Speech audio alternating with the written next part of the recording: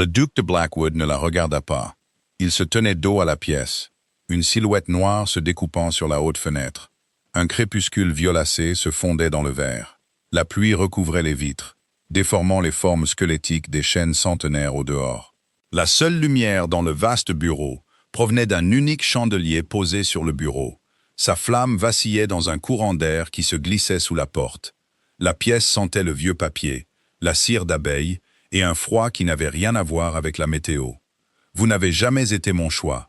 Sa voix n'était pas cruelle, c'était pire. C'était un fait énoncé avec la finalité sans âme d'un juge rendant son verdict.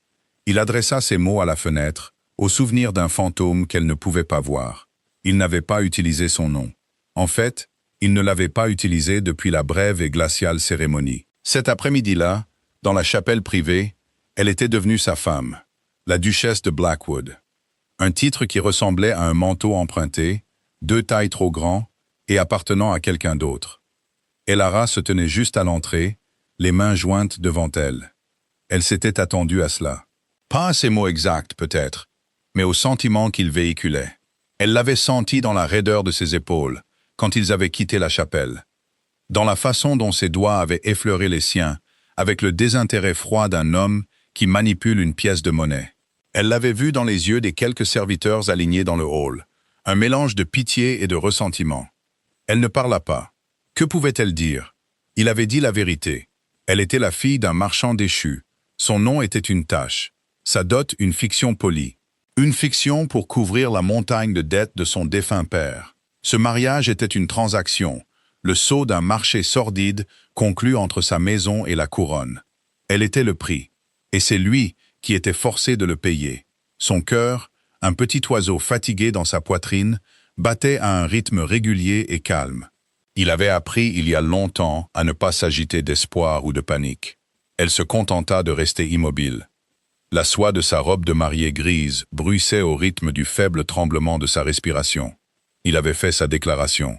Le silence qui suivit, c'était à elle de le combler ou de le laisser vide. Elle choisit de le laisser vide. Lentement, avec une grâce innée et naturelle, elle fit une profonde révérence. Ce n'était pas la petite courbette d'une belle de la haute société. C'était la révérence profonde et formelle d'une femme devant un monarque. C'était une reconnaissance de son rang, de son pouvoir et du gouffre infranchissable qui les séparait. Cela disait tout ce qu'elle ne pouvait pas dire. Je comprends ma position. Je n'attends rien. Il se tourna enfin, son visage émergeant de l'ombre. Il était beau, d'une manière sévère, architecturale. Tout en angles vifs et en yeux profonds, sous un front large. Il parut surpris, comme s'il s'était attendu à des larmes, des supplications ou la colère vertueuse d'une femme. Il s'était préparé à une scène. Il n'était pas préparé à cette soumission calme et digne. Cela le déstabilisa. Elle se releva, le dos droit, le regard fixé sur un point juste derrière son épaule. Elle n'avait pas besoin de croiser son regard pour savoir qu'il la regardait. Une lueur de quelque chose d'indéchiffrable brillait dans leur profondeur sombre. Puis, sans un mot, elle se tourna et s'éloigna. Le bruit de ses pas fut étouffé par les épais tapis du couloir. Elle ne se retourna pas. Elle suivit le jeune valet de pied qui l'attendait. Son visage était un masque d'indifférence polie, ses yeux soigneusement détournés. Il la conduisit à travers un labyrinthe de couloirs froids et silencieux. Ils passèrent devant des portraits d'ancêtres au visage sévère qui semblaient la juger de leur regard peint. Ils montèrent un grand escalier, puis en descendirent un plus étroit. Ils arrivèrent dans une aile de la maison qui semblait inutilisée, oubliée. Ses appartements étaient spacieux, mais sans joie. Un feu avait été allumé, mais il luttait contre le froid humide qui s'accrochait aux tentures de damas et aux lourds meubles sombres. Ses malles, les seules choses de valeur qu'elle possédait, gisaient fermées sur le sol. Le valet de pied s'inclina et partit, refermant la porte avec un clic doux et définitif. Elle était seule. Elara traversa la pièce jusqu'à la fenêtre et regarda dehors, mais il n'y avait rien à voir. Ce côté du manoir donnait sur une cour de pierre nue. La pluie continuait sa percussion régulière et lugubre. Elle ne pleura pas. Les larmes étaient un luxe dont elle avait appris à se passer il y a des années. Au lieu de cela, elle s'agenouilla et ouvrit la plus petite de ses malles.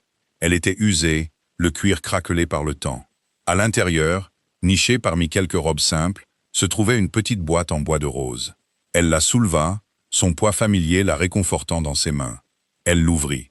Il n'y avait ni bijoux, ni souvenirs sentimentaux. Il y avait des plumes aux pointes fines et acérées, une petite bouteille d'encre noire bouchée, une règle en laiton, un jeu de délicats pois en laiton, et au fond, un mince volume relié en cuir, le registre de son père, le dernier qu'il avait tenu avant que tout ne s'effondre. C'étaient ses outils, son héritage. Elle passa un doigt sur la surface lisse et froide de la règle. Son père lui avait appris les chiffres avant de lui apprendre les lettres. Une femme qui maîtrise les comptes, disait-il pendant les bonnes années, est une femme qui peut construire sa propre maison, même si elle n'a pas de terre où la poser. Il s'était trompé sur tant de choses, mais il n'avait pas eu tort sur ce point. Elle referma la boîte, se leva et la posa sur le manteau de la cheminée.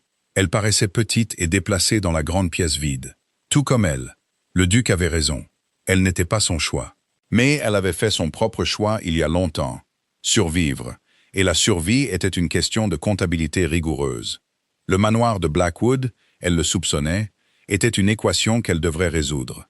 Les jours qui suivirent s'installèrent dans une routine de négligence polie et suffocante. Le duc de Blackwood était un fantôme dans sa propre maison, et Lara ne le voyait qu'au dîner. C'était une affaire formelle et silencieuse dans une salle à manger si grande que leurs deux sièges, aux extrémités opposées de la table polie, semblaient être des îles séparées.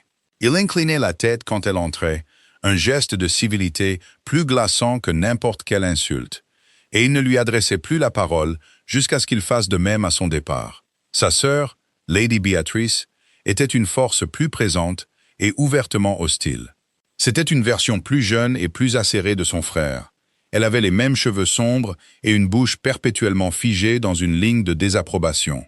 Elle avait adoré la première femme du duc, Isolde, une femme dont la beauté et le charme étaient déjà une légende locale.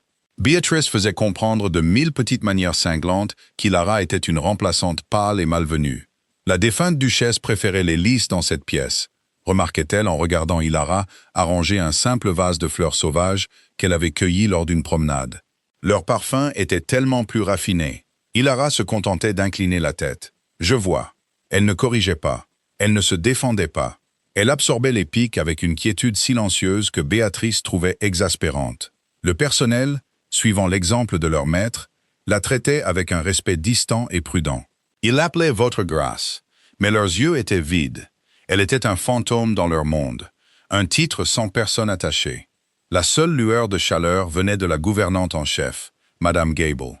C'était une femme corpulente, aux yeux bons et fatigués, et aux mains qui n'étaient jamais immobiles. La deuxième nuit d'Ilara, Madame Gable était apparue à sa porte avec une brique chaude enveloppée dans de la flanelle. Pour le lit, Votre Grâce. Cette aile est terriblement froide. Elle l'avait dit sans la moindre pitié. C'était une gentillesse simple et pratique qui semblait énorme dans le vide froid de la maison. C'est vers Madame Gable qu'Ilara se tourna une semaine après son mariage. Elle passait ses journées à marcher, non pas sans but, mais avec un objectif. Elle parcourait le périmètre du domaine, observant l'état des clôtures. Elle se rendait aux fermes des tenanciers, notant l'état des toits et la santé du bétail. Elle traversait les bois du domaine, comptant les arbres marqués pour l'abattage. Ce qu'elle voyait était une image de déclin lent et distingué. La grandeur de Blackwood n'était qu'une façade, et derrière, les choses s'effilochaient. Elle trouva Madame Gable en train de superviser le polissage de l'argenterie. « Madame Gable, commença-t-elle, la voix basse, je trouve que j'ai beaucoup de temps libre. J'ai toujours eu un intérêt pour la gestion domestique. Je me demandais si je pouvais voir le bureau du domaine. » Madame Gable cessa de polir, ses mains s'immobilisant sur une fourchette ternie. Son expression était sur la défensive. « Le duc gère le domaine lui-même, Votre Grâce. Depuis que M. Finch, l'ancien intendant, a été renvoyé. »« Je comprends, » dit Ilara. « Je ne prétendrai pas m'ingérer. Je suis simplement curieuse. Je pensais que je pourrais peut-être jeter un œil au livre de comptes. Cela m'aiderait à comprendre le fonctionnement de la maison. » Le regard de la gouvernante était vif, scrutateur. Elle vit quelque chose dans les yeux calmes d'Ilara. Ce n'était pas la curiosité frivole d'une noble qui s'ennuie, mais quelque chose de plus solide. « La clé est avec sa grâce, » dit-elle enfin, la voix à peine un murmure. Lui seul entre dans cette pièce. Ce soir-là, au dîner, Ilara attendit une accalmie dans le silence oppressant. Lady Beatrice décrivait un thé d'après-midi particulièrement insipide auquel elle avait assisté. Quand elle s'arrêta pour reprendre son souffle, Ilara parla. Sa voix était claire et calme dans la pièce caverneuse. « Votre grâce, dit-elle, en regardant son mari au bout de la longue étendue d'acajou. » Alistair leva les yeux, une lueur de surprise dans le regard. C'était la première fois qu'elle s'adressait directement à lui à cette table. « Je me trouve démunie d'occupation, continua-t-elle, d'un ton égal. J'aimerais me rendre utile. Je vous serais reconnaissante de me donner la clé du bureau du domaine, afin que je puisse me familiariser avec les comptes de la maison. » Lady Beatrice laissa échapper un petit hoquet d'incrédulité. Le visage du duc était illisible. Il posa sa fourchette, l'argenterie produisant un son net et clair contre la porcelaine. Il la regarda vraiment pour la première fois de la soirée. Son regard était froid, analytique. Il l'évaluait comme on évaluerait un cheval qu'on a été forcé d'acheter. « Cela ne sera pas nécessaire, dit-il. » Les mots étaient calmes, mais ils portaient le poids d'une autorité absolue. « Le domaine est mon affaire. Vous n'avez pas à vous en soucier. » Il n'éleva pas la voix. Il n'en avait pas besoin. Le rejet était absolu. L'humiliation, publique. Il lui rappelait sa place. Elle était un objet décoratif, une partenaire silencieuse dans un contrat qu'elle n'avait pas le droit d'inspecter. Lady Beatrice catcha un petit sourire triomphant derrière sa serviette. Ilara sentit la chaleur monter à ses joues, une rougeur de honte. Mais son expression ne changea pas. Elle soutint son regard un long moment. Puis elle baissa les yeux sur son assiette. « Comme vous voudrez, » murmura-t-elle. Elle prit sa propre fourchette, sa main parfaitement stable. Elle prit une petite bouchée du poisson froid devant elle, mâcha et avala. Elle ne leur donnerait pas la satisfaction de la voir battre en retraite. Elle resterait assise ici dans le froid et finirait son dîner. La clé lui était refusée, mais une porte verrouillée n'était qu'un obstacle temporaire pour une femme qui savait trouver un autre chemin. Le refus du duc était un mur, mais Ilara avait passé sa vie à apprendre à contourner les murs. Elle ne défia plus son autorité. Elle changea simplement d'approche. Le grand bureau du domaine, le siège du pouvoir, lui était fermé. Alors, elle en créerait un pour elle, en secret. Elle attendit 2 jours, laissant le souvenir de la scène du dîner s'estomper dans la routine tranquille de la maison. Puis elle alla de nouveau trouver Madame Gable. Elle la trouva cette fois dans la vaste et résonnante lingerie, un monde parfumé de lavande et de coton amidonné. « Madame Gable », commença-t-elle, d'un ton désinvolte, comme si la conversation précédente n'avait jamais eu lieu. Lady Beatrice a mentionné que la défunte duchesse avait une passion pour l'histoire de cette maison. Cela m'a inspiré. Je me demandais s'il y avait de vieux registres entreposés quelque part, des inventaires de la maison, des livres de dépenses des générations précédentes, ce genre de choses. J'adorerais en apprendre davantage sur les femmes qui ont vécu ici avant moi. C'était un mensonge magistral, tissé d'un fil de vérité. Béatrice parlait en effet des intérêts historiques d'Isolde, généralement pour souligner le manque de profondeur intellectuelle perçu chez Ilara. En présentant sa demande comme une curiosité historique féminine, elle éliminait la menace de l'ambition. Elle ne demandait pas à voir les comptes actuels, mais simplement de poussiéreuses reliques du passé. Madame Gable la considéra. La gouvernante n'était pas dupe. Elle était à Blackwood depuis 30 ans et comprenait les courants subtils du pouvoir qui couraient sous ses parquets cirés.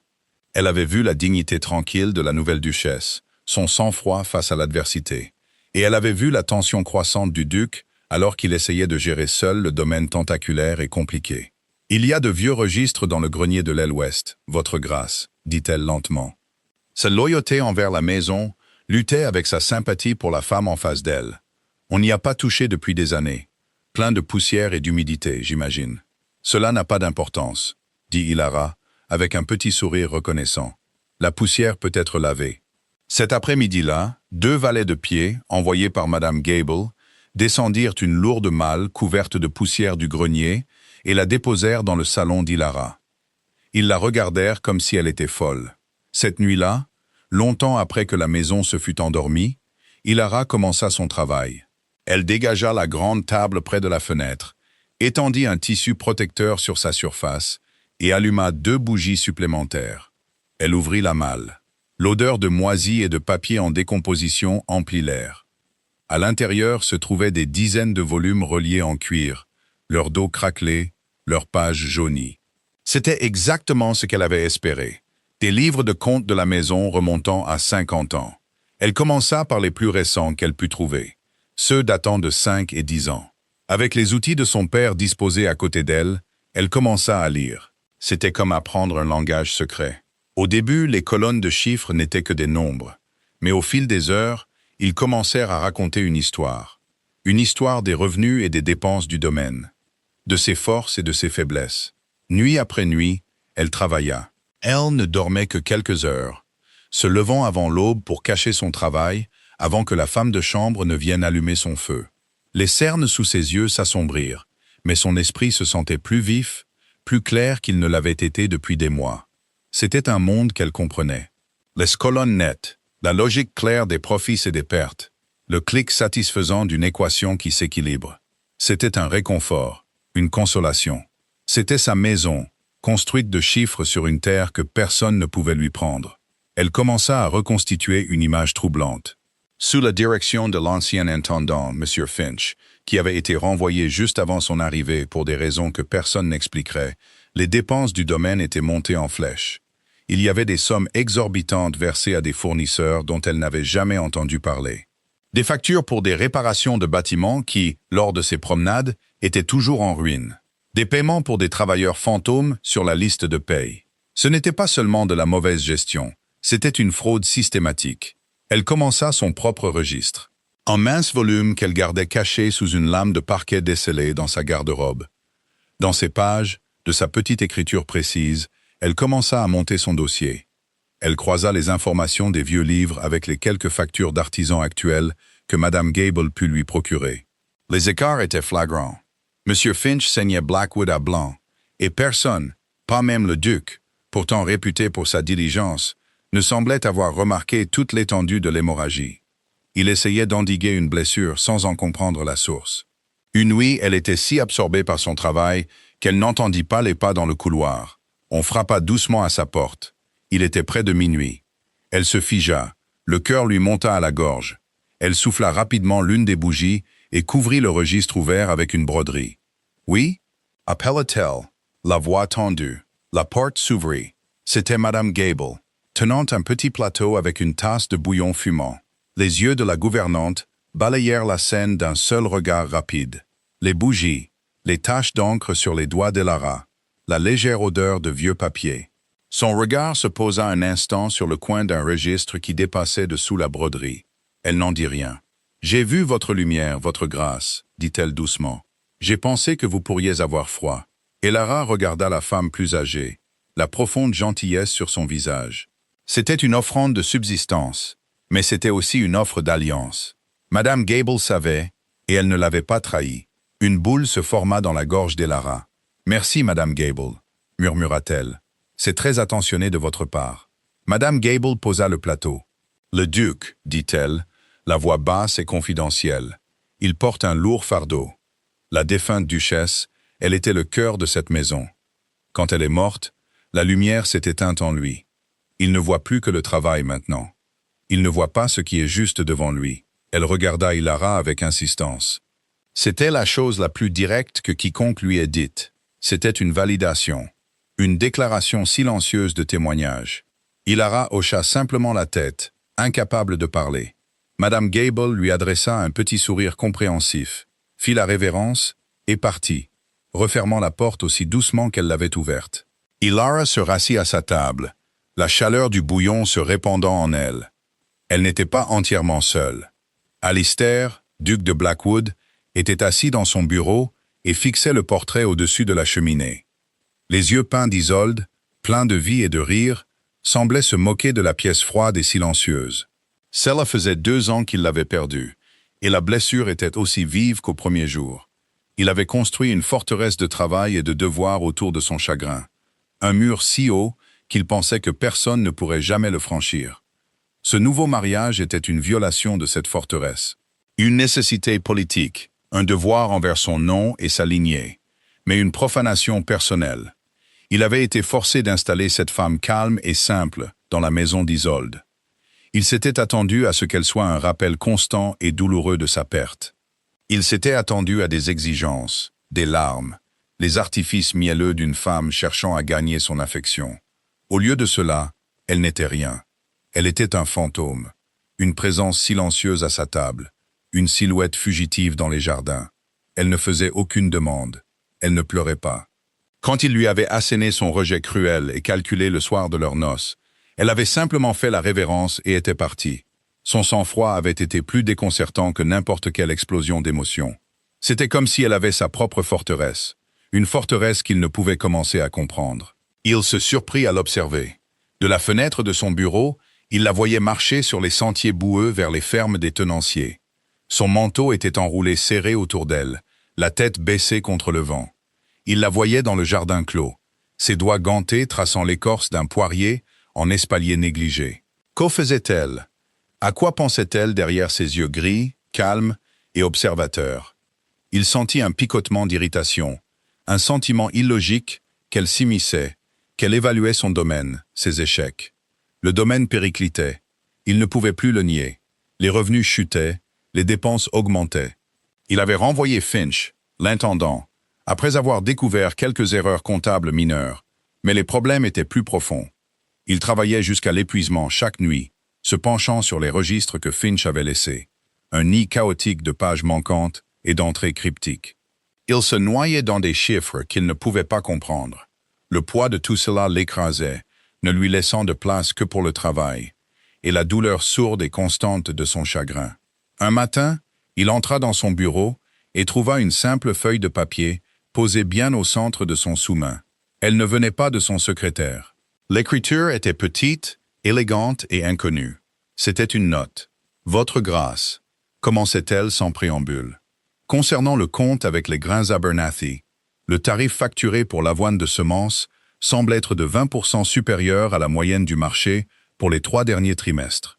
Les factures du fournisseur précédent, un certain Monsieur Cobb de Little Haxby, montrent un prix constamment inférieur pour une qualité équivalente. Une enquête serait peut-être justifiée. Il n'y avait pas de signature. Ce n'était pas nécessaire. Il savait qui l'avait écrite. Il fixa la note, une tempête d'émotions contradictoires montant en lui. Comment pouvait-elle savoir cela? Le compte Abernathy était enfoui au plus profond des dépenses trimestrielles.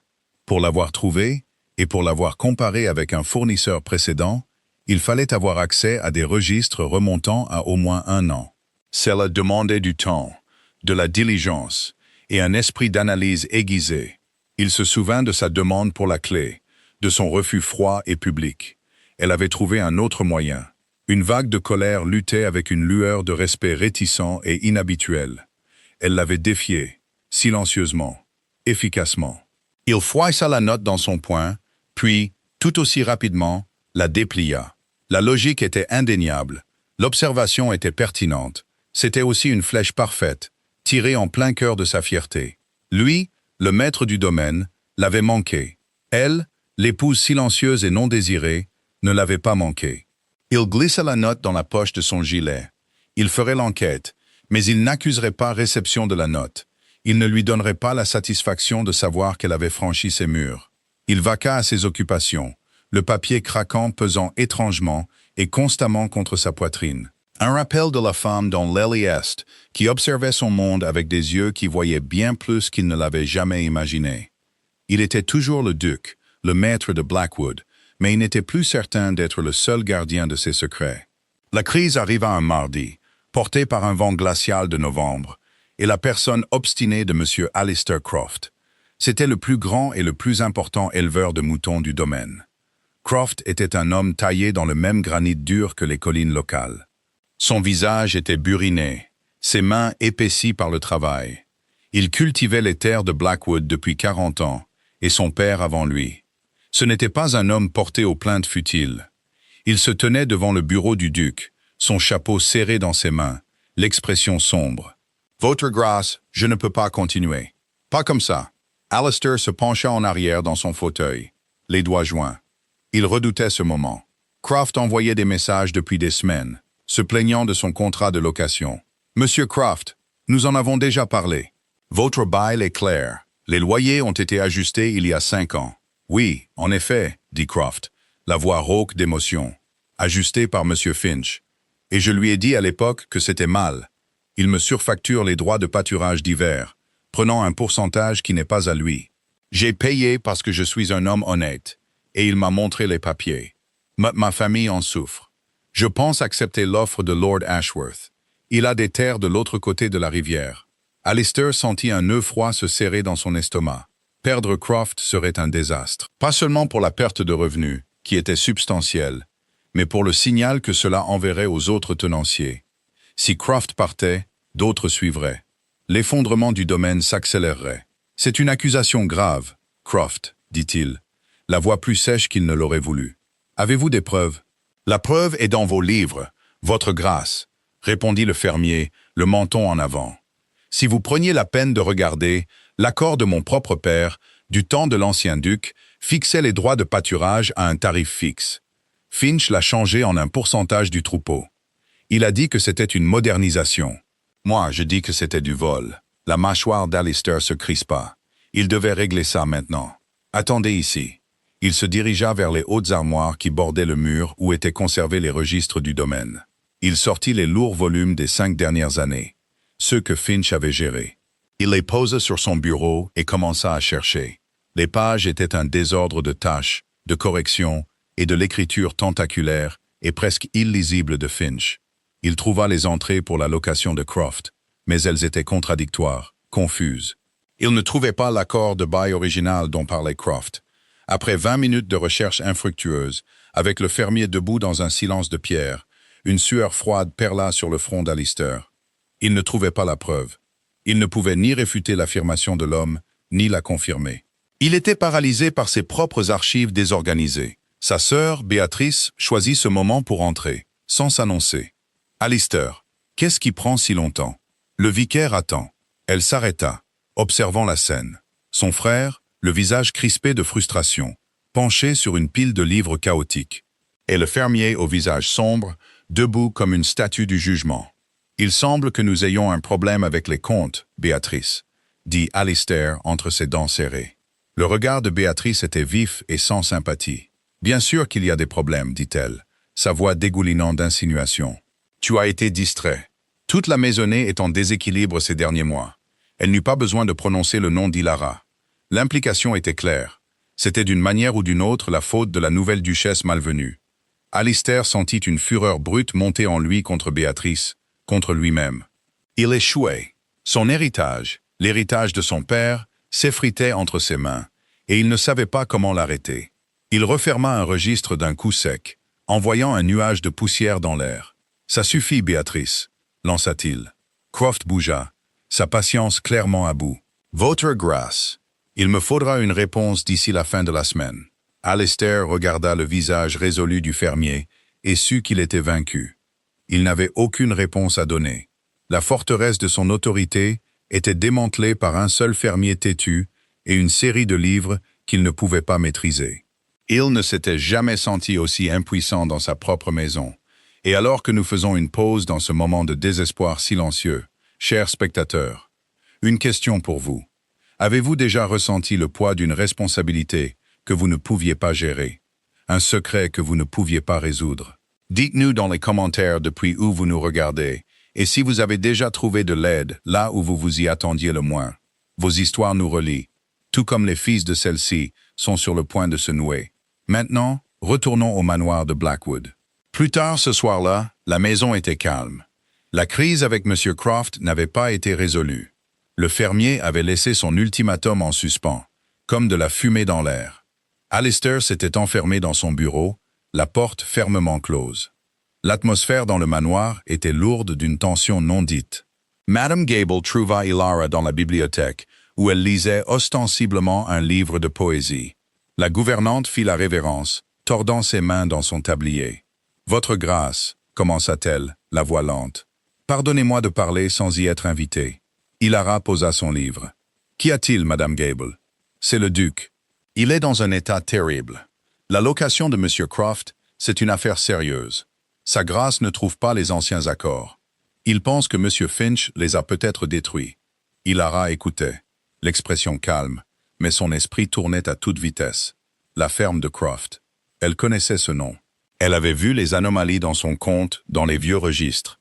Le passage d'un tarif fixe à un pourcentage. Le fermier avait raison. Elle regarda Madame Gable, une question silencieuse dans les yeux. La gouvernante croisa son regard et fit un petit signe de tête presque imperceptible. Il était temps. « Madame Gable, dit Ilara, sa décision prise, auriez-vous la bonté d'aller trouver le duc? Dites-lui que la duchesse a examiné les comptes historiques du domaine et qu'elle pourrait avoir des informations pertinentes concernant la location de Croft. » Le visage de la gouvernante s'inonda de soulagement. « Tout de suite, votre grâce. » Ilara attendit. Elle retourna dans ses appartements et n'alluma pas les bougies. Elle s'assit dans l'obscurité, les mains jointes sur ses genoux, et écouta les battements de son propre cœur. C'était le moment décisif. Tout allait changer après cela, pour le meilleur ou pour le pire. Une demi-heure passa, puis elle entendit les pas. Lourds, déterminés, descendant le couloir vers son aile. Ils s'arrêtèrent devant sa porte. Il y eut une longue pause. Puis, on frappa, un coup sec et hésitant. Elle se leva et ouvrit la porte. Le duc se tenait là. Il avait l'air épuisé, sa cravate desserrée, ses cheveux en désordre. Ses yeux, quand ils rencontrèrent les siens, étaient un mélange de désespoir, de fierté et d'incrédulité. Il regarda par-dessus son épaule dans son salon. La table près de la fenêtre était couverte de livres. Pas de poésie, mais des registres empilés proprement avec des bouts de papier marquant certaines pages. Son encrier et ses plumes étaient disposés à côté. La pièce n'était pas le salon d'une duchesse, c'était le bureau d'une comptable. Il ne dit rien. Il se contenta de la fixer, son esprit luttant pour concilier la femme silencieuse et décorative qu'il pensait avoir épousée avec les preuves devant lui. « Vous désiriez me voir, votre grâce ?» demanda-t-elle doucement. Il sembla reprendre ses esprits. « Madame Gable a dit que vous aviez des informations sur le bail de Croft. »« Je le crois, » dit-elle. Elle recula, lui permettant d'entrer. Il entra lentement dans la pièce, comme s'il pénétrait dans un pays étranger. Il s'arrêta devant la table, son regard balayant les livres ouverts, les colonnes de son écriture soignée, les notes de référence croisées. Elle prit un mince volume, son propre registre privé. Elle l'ouvrit à une page marquée. « Monsieur Croft a raison, » dit-elle, sa voix stable et professionnelle. Elle ne demandait pas d'éloges, ni ne présentait d'excuses. Elle énonçait un fait. Le bail original, signé par votre grand-père, stipulait un tarif fixe pour le pâturage d'hiver. Il a été modifié il y a 7 ans par M. Finch. Je n'ai pas pu localiser l'avenant signé, ce qui suggère que M. Croft ne l'a jamais accepté. De plus, continua-t-elle en tournant une page, M. Finch semble avoir facturé au domaine le fourrage d'hiver des grains Abernathy pour le troupeau de M. Croft, tout en facturant simultanément à M. Croft un pourcentage de la valeur du troupeau pour le pâturage. Il était payé 2 fois pour les mêmes moutons. Elle lui tendit le registre. Il le prit. Sa main n'était pas tout à fait stable. Il baissa les yeux sur la page, sur la logique claire et irréfutable des chiffres qu'elle avait exposés. Tout était là. La fraude mise à nu. Pas seulement une erreur, mais un vol calculé et à long terme. C'était plus complet, plus accablant que tout ce qu'il avait réussi à découvrir en des semaines de travail acharné. Il leva les yeux du livre. Pas sur son travail, mais sur elle. Il vit la légère tache d'encre sur sa pommette, l'intelligence tranquille dans ses yeux. Il vit la femme qui avait passé d'innombrables nuits dans cette pièce froide, seule, sauvant silencieusement et méthodiquement sa famille de la ruine. Le silence s'étira, lourd du poids de tout ce qui n'avait pas été dit entre eux. « Comment ?» demanda-t-il, la voix rauque, à peine un murmure. C'était le seul mot qu'il put prononcer. « Vous m'avez refusé la clé du bureau », répondit-elle, sa voix dénuée d'accusation. C'était une simple déclaration de fait. Alors, j'ai trouvé une autre porte. Pour la première fois depuis son arrivée à Blackwood, Alistair, duc de Blackwood, regarda sa femme et la vit vraiment. Et face à sa compétence tranquille et inattaquable, les fondations de son propre monde fier et blessé commencèrent à se fissurer. Le lendemain matin, Alistair n'envoya pas de valet de pied. Il vint lui-même. Ilara prenait son simple petit déjeuner de thé et de toast quand il frappa et entra dans ses appartements. Il était habillé formellement, le visage pâle mais calme. Dans sa main, il tenait une unique et lourde clé en fer.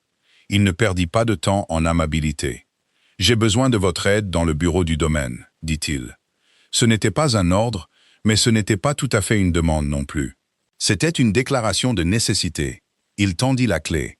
Ilara la regarda, posée crûment sur sa paume. La clé du bureau du domaine. Le symbole de son autorité. La chose même qu'il lui avait si froidement refusée. Elle tendit la main et la prit. Ses doigts effleurèrent les siens. Un bref contact électrique. La clé était froide et lourde dans sa main. « Très bien », dit-elle. Elle le suivit à travers les couloirs sinueux. Cette fois, non pas vers une aile oubliée, mais vers le cœur même de la maison.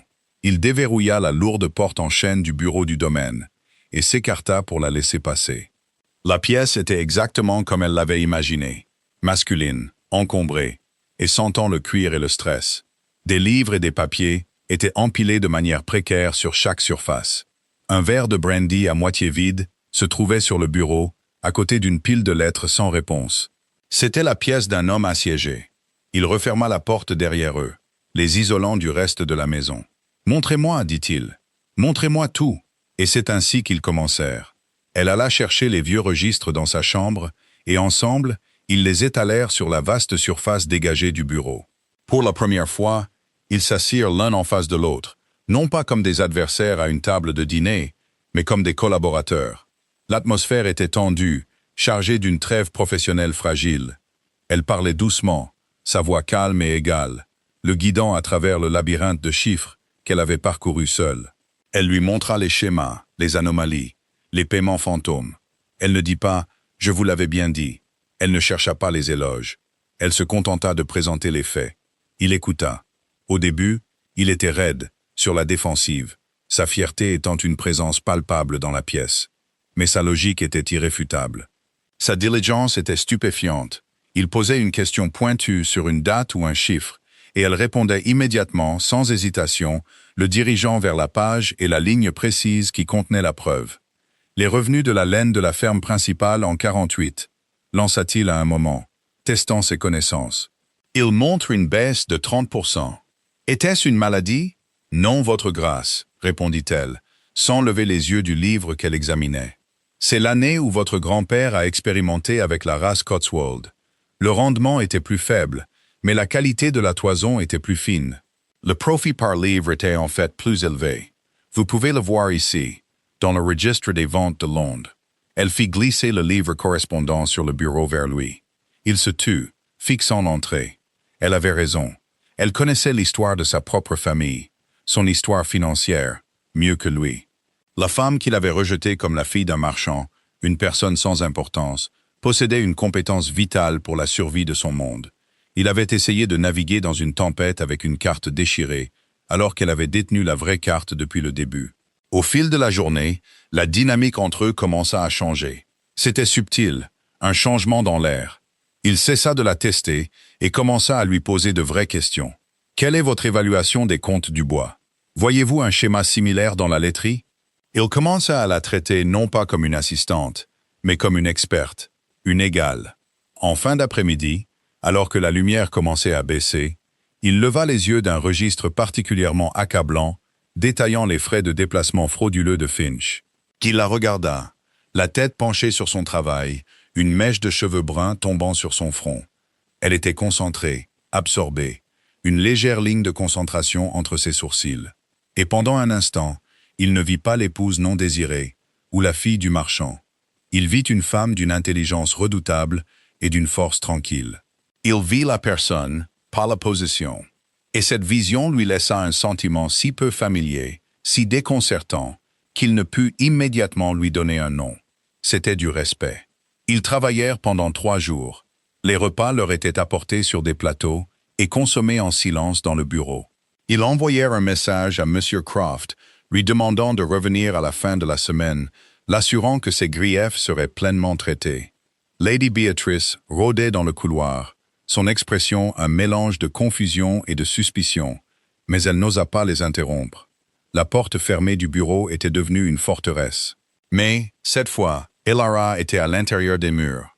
La 3e nuit, ils finirent enfin. Ils avaient une image complète du détournement de fonds de Finch. Un dossier méticuleusement documenté qui non seulement disculperait Croft, mais permettrait aussi au domaine de récupérer une part importante des fonds volés. Le dernier registre fut fermé. La dernière note fut écrite. Le bureau était silencieux, à l'exception du crépitement du feu et du tic-tac de l'horloge de parquet dans le coin. Les bougies se consumaient. Elara se pencha en arrière dans son fauteuil, une vague d'épuisement la submergeant. Elle se frotta les yeux, ses doigts revenant tachés d'encre. Alistair se tenait près de la fenêtre, regardant dans l'obscurité. Il se retourna et la regarda, son visage ombragé et illisible. La trêve professionnelle était terminée. Ils étaient de nouveau mari et femme, seuls dans une pièce chargée d'une histoire non dite. Il revint lentement vers le bureau et se tint devant elle. Elle croisa son regard, son cœur battant un peu plus vite. « J'ai eu tort », dit-il. Les mots étaient simples, sans fioriture. Ils flottaient dans l'air immobile entre eux. « À votre sujet ». Il fit une pause, et le silence était lourd. Il semblait chercher les mots justes, un homme peu habitué au langage des excuses. « La première chose que je vous ai dite dans cette pièce, » continua-t-il, la voix basse et rauque, « était une cruauté. C'était injuste. J'ai passé les 3 derniers jours à mesurer l'ampleur de cette injustice. » Il la regarda, ses yeux sombres d'une émotion complexe qu'elle ne pouvait déchiffrer. Ce n'était pas de la pitié. C'était quelque chose de plus profond, de plus douloureux. C'était de la honte. « Je vous demande pardon. » Il n'offrit aucune excuse. Il ne mentionna pas son chagrin ou sa femme décédée. Il n'essaya pas de justifier son comportement. Il admit simplement sa faute et demanda pardon. La simplicité de ses mots était plus puissante que n'importe quel discours éloquent. C'était un aveu honnête, dépouillé de toute fierté. Elara le regarda pendant un long moment silencieux. Elle vit l'épuisement sur son visage, la tension autour de ses yeux. Elle vit l'effort immense que lui avaient coûté ces mots. Sa propre colère, une pierre froide et dure qu'elle portait dans sa poitrine depuis des mois, sembla s'adoucir, se dissoudre. Il lui avait fait du tort, oui, mais il l'avait aussi enfin vu. Elle ne lui offrit pas le réconfort facile d'une absolution rapide. Le pardon était une chose plus compliquée qu'un simple mot. Il nécessitait des preuves. Il devait se mériter, tout comme son respect l'avait été. Mais elle pouvait lui offrir un début. Elle fit un petit signe de tête presque imperceptible. C'était suffisant. Un pont fragile avait été jeté par-dessus le gouffre qui les séparait. Il laissa échapper un souffle qu'il n'avait pas réalisé qu'il retenait. Il ne sourit pas, mais la ligne dure et défensive de sa bouche s'adoucit.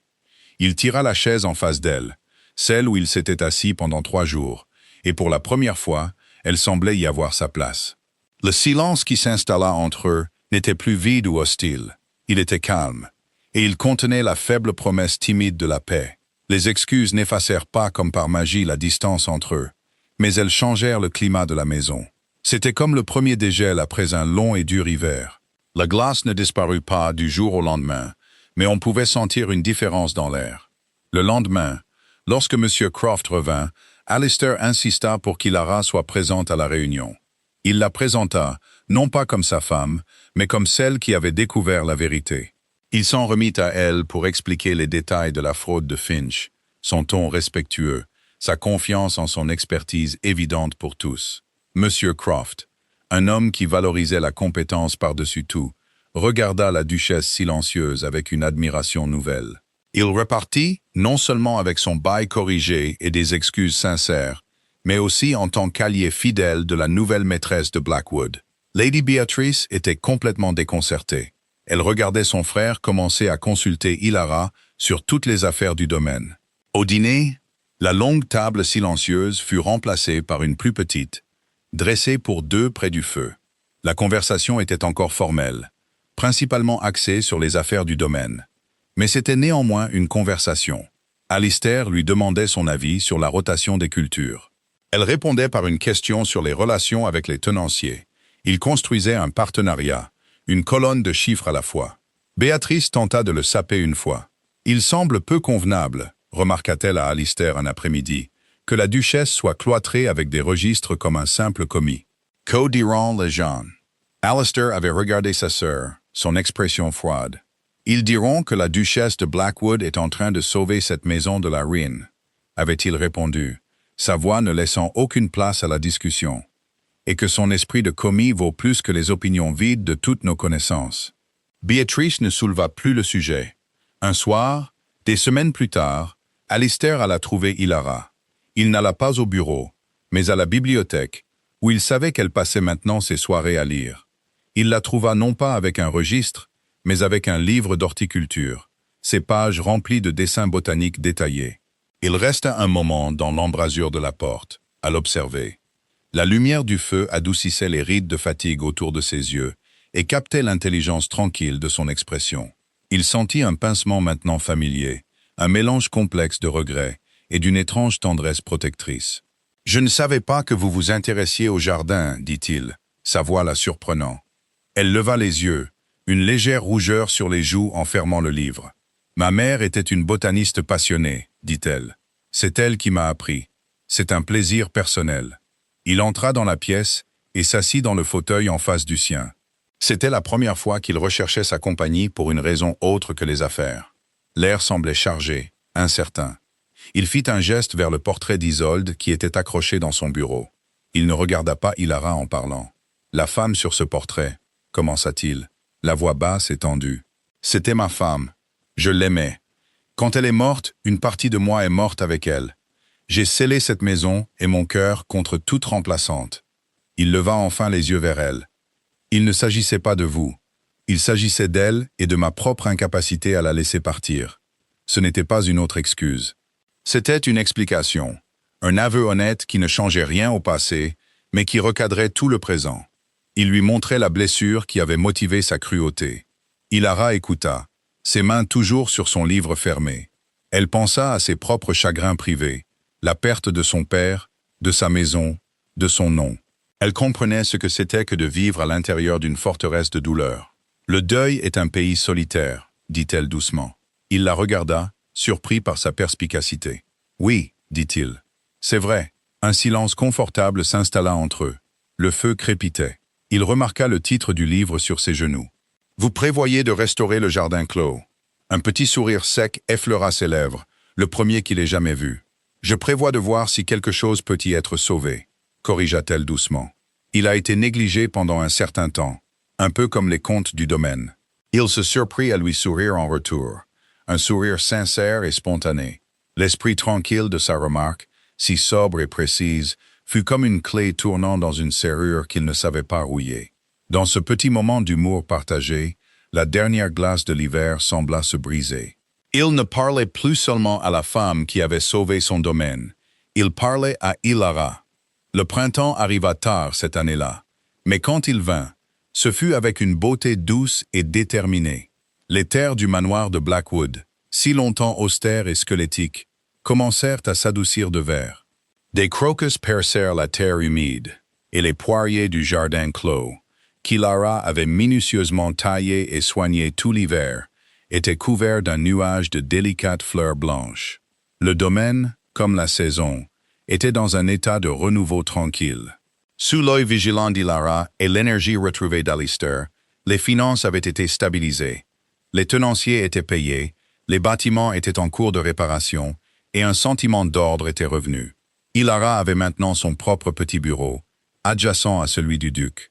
Le personnel la traitait avec un respect profond et sincère. Même Lady Beatrice s'était adoucie, voyant le changement profond et positif chez son frère. Elle avait trouvé Ilara dans le jardin clos un après-midi et lui avait offert une bouture d'un rosier qui avait appartenu à leur mère. Une offrande de paix silencieuse et symbolique. La relation entre Ilara et Alistair s'était transformée. Leur soirée n'était plus remplie de discussions sur les registres. Ils parlaient de livres, de politique, du monde au-delà des portes de Blackwood. Il découvrit son enfance, son père brillant et imparfait. Elle découvrit sa jeunesse solitaire, son amour profond pour la terre dont il avait hérité. Ils étaient encore prudents l'un avec l'autre, deux personnes apprenant une nouvelle langue, mais les silences n'étaient plus vides. Ils étaient remplis d'une intimité confortable et croissante. Il se surprit à rechercher sa compagnie tranquille, sa présence calme étant un baume pour son âme. Un après-midi ensoleillé de mai, il la trouva dans le jardin clos. Elle était à genoux, les mains couvertes de terre, plantant soigneusement de jeunes plants dans un parterre fraîchement retourné. Elle leva les yeux à son approche, une tache de terre sur la tempe, et son visage s'illumina d'un petit sourire spontané qui lui serra le cœur d'un pincement doux et inconnu. Il ne parla pas tout de suite, se contentant de la regarder.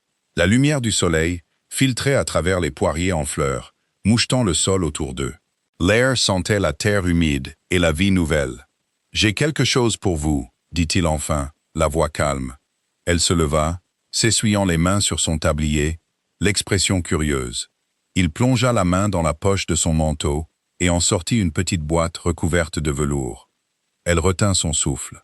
Un instant, elle crut que c'était des bijoux, un cadeau conventionnel, la rançon d'une duchesse.